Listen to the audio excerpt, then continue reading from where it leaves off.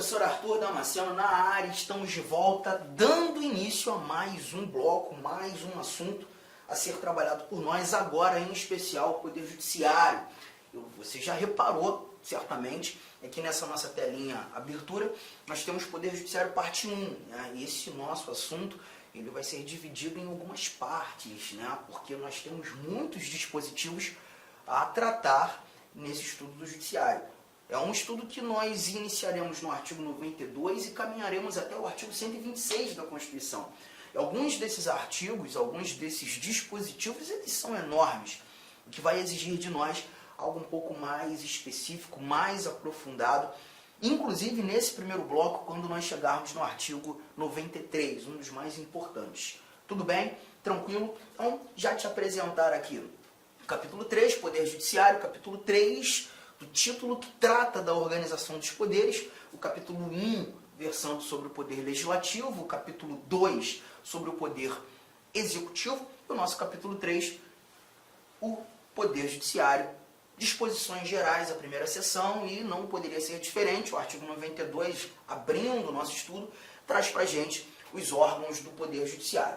Quando tratando dos órgãos do poder judiciário, a gente tem esse time aí, ó, de órgãos: o Supremo Tribunal Federal, o Conselho Nacional de Justiça, o Superior Tribunal de Justiça, o Tribunal Superior do Trabalho, os Tribunais Regionais Federais e Juízes Federais, os Tribunais e Juízes do Trabalho, os Tribunais e Juízes Eleitorais, os Tribunais e Juízes Militares, os Tribunais e Juízes dos Estados e do Distrito Federal e Territórios. Bom, esses são os órgãos do Poder Judiciário, e quando a gente começa esse papo judiciário, muito importante nós lembrarmos da função típica desse poder.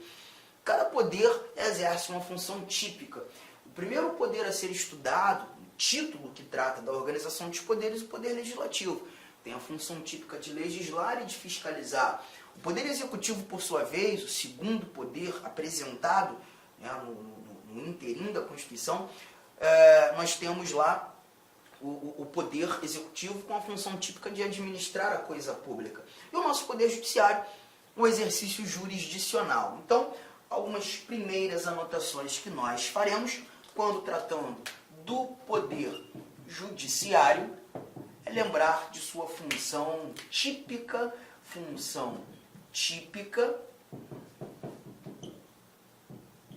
jurisdicional.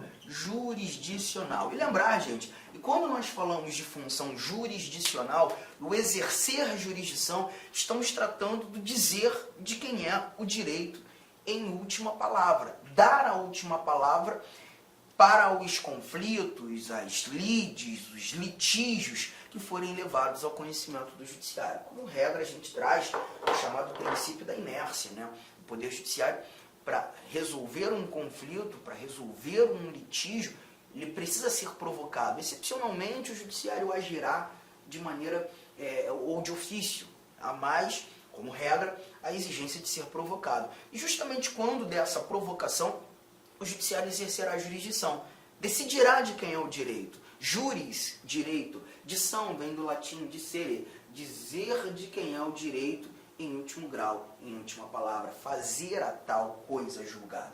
Cuidado, que processos administrativos não fazem coisa julgada. Processos administrativos estão inseridos no âmbito da própria administração. Processos administrativos nós também teremos tramitando no judiciário, mas não é a sua função típica julgar processos administrativos. A sua função típica é julgar processos jurisdicionais.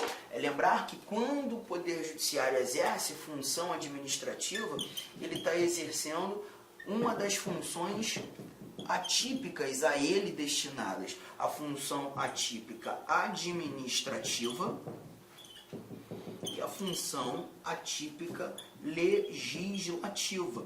O Poder Judiciário também legisla, né? Por exemplo, os diversos regimentos internos que são criados pelos tribunais, estabelecendo regras próprias de organização e de funcionamento e de competências de seus órgãos. Os projetos de lei que são apresentados pelos tribunais de justiça, pelo Supremo Tribunal Federal, pelos tribunais superiores, aos órgãos legislativos para que nestas leis, nesses projetos de lei, sejam discutidas questões atinentes à estrutura do próprio Poder Judiciário. Então a gente percebe que quando o Judiciário inicia um processo legislativo, quando o Judiciário edita um regimento interno, esse Judiciário está simplesmente exercendo uma função atípica, que é a função legislativa. E é importante também lembrarmos que no âmbito do Judiciário nós teremos a administração. Por isso, inclusive, temos esse poder independente. Ele vai prover seus cargos próprios por concursos públicos próprios, ele tem autonomia administrativa, financeira, funcional. Então, existe administração. Então, quando, eventualmente, um servidor pratica uma conduta ilegal, arbitrária, abusiva, e encara um processo administrativo, ali é a própria administração do Judiciário resolvendo aquele problema. Nós não estamos falando do exercício jurisdicional. O exercício jurisdicional é o Judiciário olhando para a sociedade como um todo, ou até mesmo olhando para a administração, mas num âmbito amplo, num âmbito aberto, num âmbito lato sensu. Por exemplo, eu sou o servidor que encarei um processo administrativo, algo interno, dentro da administração do Judiciário, fui punido, mas entendi que aquela decisão administrativa, decorrente do processo administrativo, ela está eivada de ilegalidade. Alguns princípios não foram assegurados, contraditório, ampla defesa, deveriam. Então, essa decisão administrativa que me puniu pode ser levada novamente ao Judiciário, mas agora na esfera judicial. Então, eu saio de um processo administrativo, função atípica, algo interno, inicio um processo jurisdicional para alterar o mérito administrativo. Nesse momento, é o Judiciário dizendo de quem é o direito. É o magistrado e não o administrador resolvendo o problema. É o magistrado na figura do Estado exercendo jurisdição. Essa é a função típica do Judiciário. E aí, aquela estrutura habitual que temos, né, a figura do juiz, do Estado juiz, a parte autora e a parte ré. Esse conflito deve ser decidido pelo Estado juiz. Tudo bem?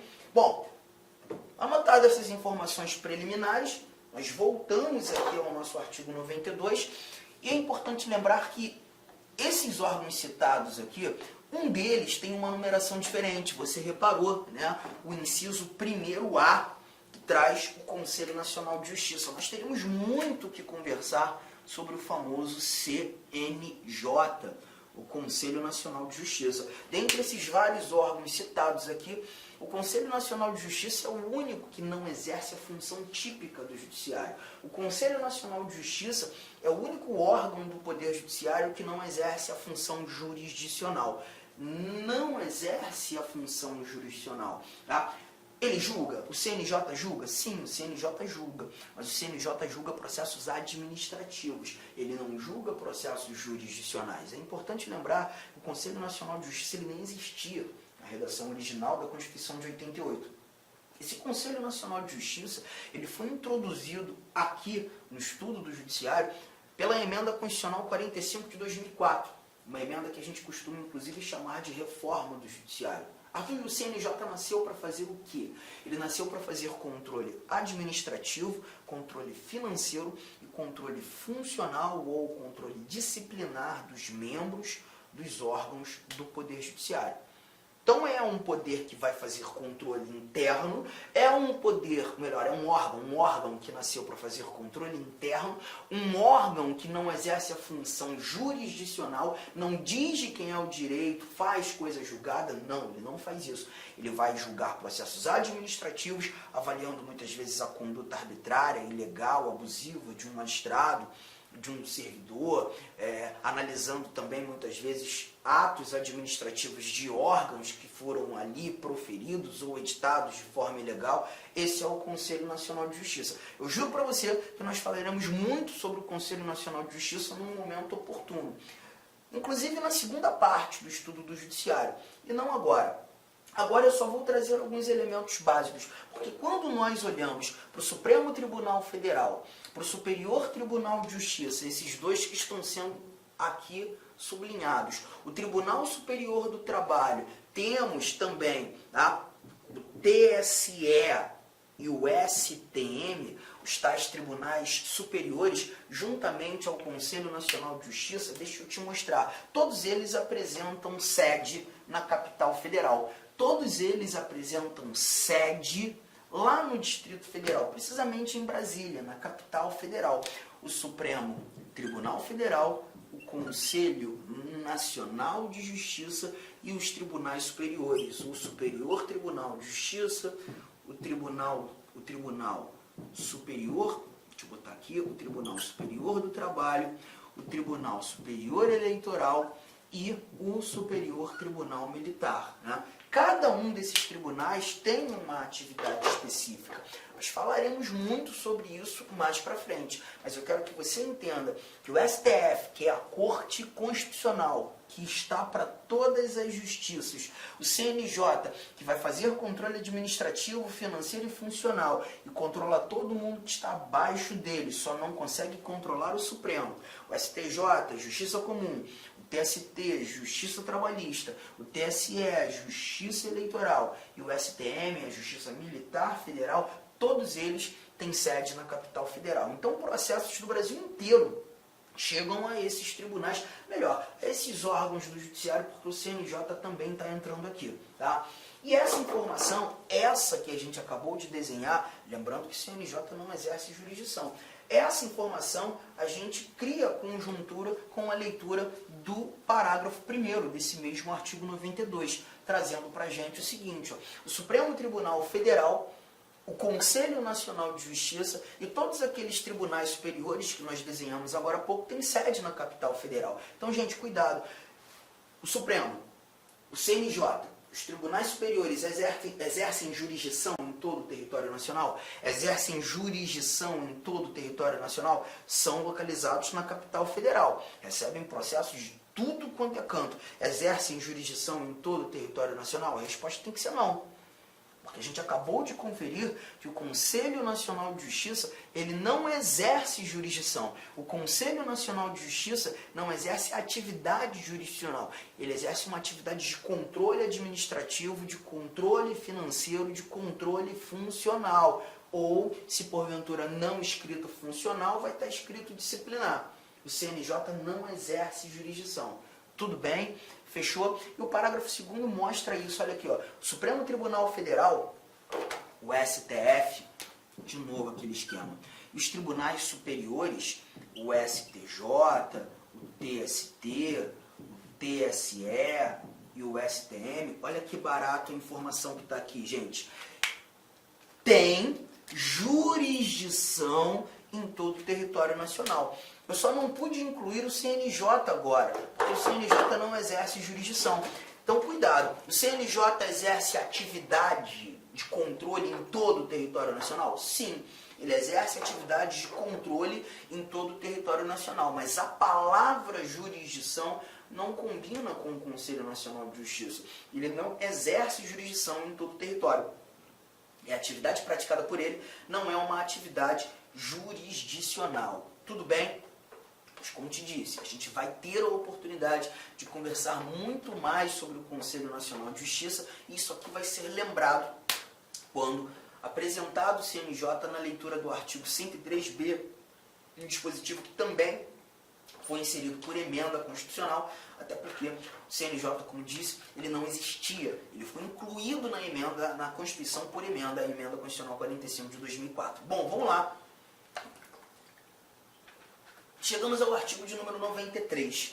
O artigo de número 93, um dos dispositivos mais importantes do estudo do nosso Poder Judiciário. Ele diz que lei complementar de iniciativa do Supremo Tribunal Federal vai dispor sobre o Estatuto da Magistratura, observados os seguintes princípios. Nós temos aqui alguns princípios constitucionais sobre a magistratura, alguns princípios constitucionais que devem ser obedecidos pelo legislador ordinário, pelo nosso Congresso Nacional e pelas demais casas legislativas que também atuam no âmbito da estruturação dos judiciários estaduais, no intuito de se efetivar a atividade jurisdicional. Essa lei complementar, essa em especial, o Estatuto da Magistratura, é de iniciativa do Supremo, deve respeitar princípios. Aqui nós temos 15 incisos citados no nosso artigo 93. Então são apenas esses princípios que devem ser levados em consideração? Não, negativo.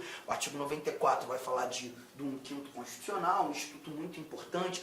O 95 vai falar das garantias e das vedações da magistratura. O 96 fala sobre a função, a autonomia administrativa e funcional. O 99, né, ele vai falar da autonomia orçamentária, financeira. Tem muita coisa que deve ser levada em consideração. E antes mesmo de nós verificarmos essas informações, eu preciso trazer alguns outros elementos que estão lá no artigo 5º da nossa Constituição. Por exemplo, o artigo 5º, inciso de número 35. Ele traz para a gente o chamado princípio da inafastabilidade, o princípio da inafastabilidade da tutela jurisdicional. Se você voltar aí no seu artigo 5º, inciso 35, você vai encontrar que a redação nos mostra que a lei não excluirá da apreciação do Poder Judiciário lesão ou ameaça a direito. O que o Constituinte quis desenvolver nesse dispositivo é que norma infraconstitucional, lei abaixo da Constituição, não pode estabelecer empecilhos, não pode estabelecer barreiras para que cheguemos ao Judiciário. O Judiciário deve estar de portas abertas para todo e qualquer conflito, todo e qualquer lide, todo e qualquer litígio. Eu não tenho a necessidade de buscar resolver meus problemas em caráter administrativo num primeiro instante e em não conseguindo a solução partir para o Judiciário. Eu posso ir direto para o Judiciário. Em alguns casos, nós teremos, sim, essa exigência do exaurimento da via administrativa, essa exigência de tentar resolver o problema na via administrativa, esgotar a via administrativa com pretensões de solução, não conseguindo parto para o Judiciário. Mas isso é excepcional. Em regra geral, está aqui a nossa Constituição garantindo efetivamente um acesso livre e imediato ao Judiciário. Essas exceções da necessidade de se exaurir a via administrativa, da necessidade de tentar resolver o problema em caráter administrativo, elas devem ser previstas na Constituição. Você pode até dar uma pausa aí e ir lá no artigo 217 da Constituição, que diz, né, que os litígios desportivos, as lides desportivas, elas só podem chegar ao conhecimento do Judiciário depois de se exaurir a justiça desportiva, que é uma justiça administrativa. Então, quando você escuta na televisão sobre TJD, Tribunal de Justiça Desportivo, STJD, Superior Tribunal de Justiça Desportivo, você não está falando de Poder Judiciário. Até porque, inclusive, quando lendo aquele artigo 92, você não viu esses órgãos citados. Então, os TJDs, o STJD, é uma justiça administrativa. Os julgadores que ali estarão são julgadores que não são magistrados, indicados por clubes, federações, agremiações desportivas. Aqueles julgadores, eles não fizeram um concurso público de provas e títulos, mas para que eu, um desportista, leve ao judiciário um conflito desportivo, uma questão atinente à minha atividade, doping, essas coisas todas, um clube leve um problema ao judiciário, ele vai ter que tentar resolver seu problema na via administrativa num primeiro instante. Tá? E mais, falar mais do judiciário é lembrar ainda do artigo 5º, inciso de número 37, que traz para a gente o chamado princípio do juízo natural. Quando tratando do princípio do juízo natural, nós encontramos que não haverá juízo ou tribunal de exceção. Por exemplo, o judiciário, ele, na realidade, tem a sua estrutura pronta, órgãos que foram elencados no próprio texto constitucional ao exercício jurisdicional. Não é possível, né, se fazer nascer sem base constitucional um determinado órgão para julgar um indivíduo em decorrência de um crime praticado. Por exemplo, eu pratiquei um crime pesadão, terrível, algo muito insuportável, reprovável por toda a sociedade, e o poder público agora quer fazer um julgamento diferente, criar um órgão específico para me julgar em decorrência desse crime praticado por mim. um órgão que vai juntar todos os ministros do STF, todos os ministros do STJ, ministro da Justiça, o ministro da Defesa, chamar o presidente da República, os senadores e deputados também participarão, ou seja, criaram um órgão louco, do nada, extenso para me julgar. Gente, isso não pode acontecer. Porque esse órgão criado do nada, ele não exerce jurisdição. A Constituição não conferiu a ele a função jurisdicional. Então ele deve ser considerado um tribunal de exceção. A gente percebe que não haverá juízo, não haverá tribunal de exceção, aferindo o princípio do juízo natural. A Constituição Federal que deve estabelecer efetivamente quem tem a capacidade de exercer jurisdição. Juntos? Tudo bem? E aí, avançando um pouco mais, nós temos mais um dispositivo, o artigo 5º, inciso de número 53, que fala sobre o chamado princípio do juiz natural. Aqui nós encontramos a fala: ninguém será processado nem sentenciado, senão por autoridade competente. Aparecem aqui os magistrados. Perceba que enquanto 37, juízo natural, ele está remetido à ideia de estrutura do judiciário, o 53 fala da autoridade, aquele que é a autoridade competente para sentenciar e processar. Legal? Arthur, são só esses princípios? Não, tem muito mais. A gente tem o princípio da publicidade dos atos processuais, no artigo 560. Você tem o princípio do devido processo legal, a inadmissibilidade das provas obtidas por meios ilícitos, mas em questão estrutural, esses três são os recomendáveis. E se fechamos olhando para o princípio do juiz natural, ninguém será processado nem sentenciado, senão por uma autoridade competente, justo nós trabalharmos de primeira o que o nosso inciso 1º do artigo 93 nos apresenta. Olha o que teremos aqui, ó. O ingresso na carreira, cujo cargo inicial será o de juiz substituto, mediante concurso público de provas e títulos, com a participação da Ordem dos Advogados do Brasil em todas as fases, exigindo-se do bacharel em Direito no mínimo... Olá, meus amigos! Inicialmente eu quero pedir licença para vocês, pois interrompi a sua aula.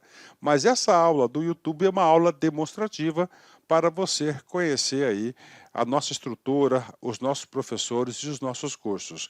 Eu sou o professor Lac, especialista em concursos públicos. Somente em 2022 eu fui aprovado em 7 concursos públicos e a minha meta é buscar 10 aprovações por ano. Eu acho que eu consigo este ano cumprir a minha meta de aprovação. E eu estou aqui para ajudar vocês. Nós aqui da Lá Concurso estamos fazendo a melhor campanha, a campanha de melhor qualidade, mais competitiva para o concurso da Secretaria Municipal de Saúde de Cuiabá.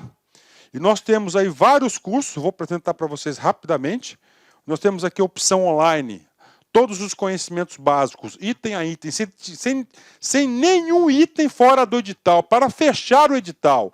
10 parcelas de R$ 35,00, oficial técnico de administração online 10 de 45, técnico de enfermagem 10 de 50 e apoio jurídico 10 de 50. Detalhe, esses cursos nossos online não é aquele transmitido em sala de aula que o cara grava. O nosso não. O nosso é gravação em estúdio com excelente qualidade de áudio, de imagem e de iluminação, claro, também de edição. Tem presencial? Tem presencial. Professor, esse presencial é transmitido ao vivo? Sim. Ah, professor, me adapto mais aí à metodologia de presencial. Não tem problemas. Ele é transmitido ao vivo. Nós temos aí, né? Conhecimentos gerais, todos os cargos. Tem uma promoção aqui bacana. Para quem se matricular até o dia 23/9 vai pagar 10 de R$50. Quem se matricular depois do dia 23, 10 de 75, e a turma presencial Conhecimentos Básicos, iniciando dia 4 de outubro. Tem técnico de enfermagem? Sim, temos técnico de enfermagem também.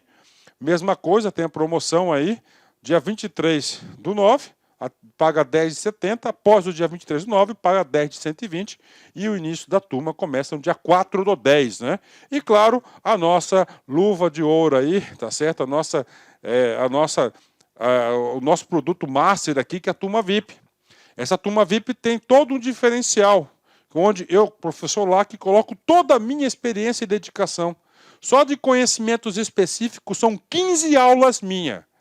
Essa turma aqui é para, cara, o cara que cumpria, o cara que assistia esse curso, participar, cara, eu tenho muita confiança e muita certeza que ele vai sair muito bem e ele vai ter todas as condições de ser aprovado. Beleza, pessoal? Então, você quer uma chamadazinha aí, tá aqui embaixo tem um link para você falar diretamente com o nosso atendente. Qualquer coisa, você vai no nosso Instagram. Quem responde o direct do Instagram sou eu, faço isso pessoalmente, porque é um canal de comunicação que eu abri, que eu exerço diretamente com os nossos alunos. Valeu, meus amigos. Então, venha estudar conosco.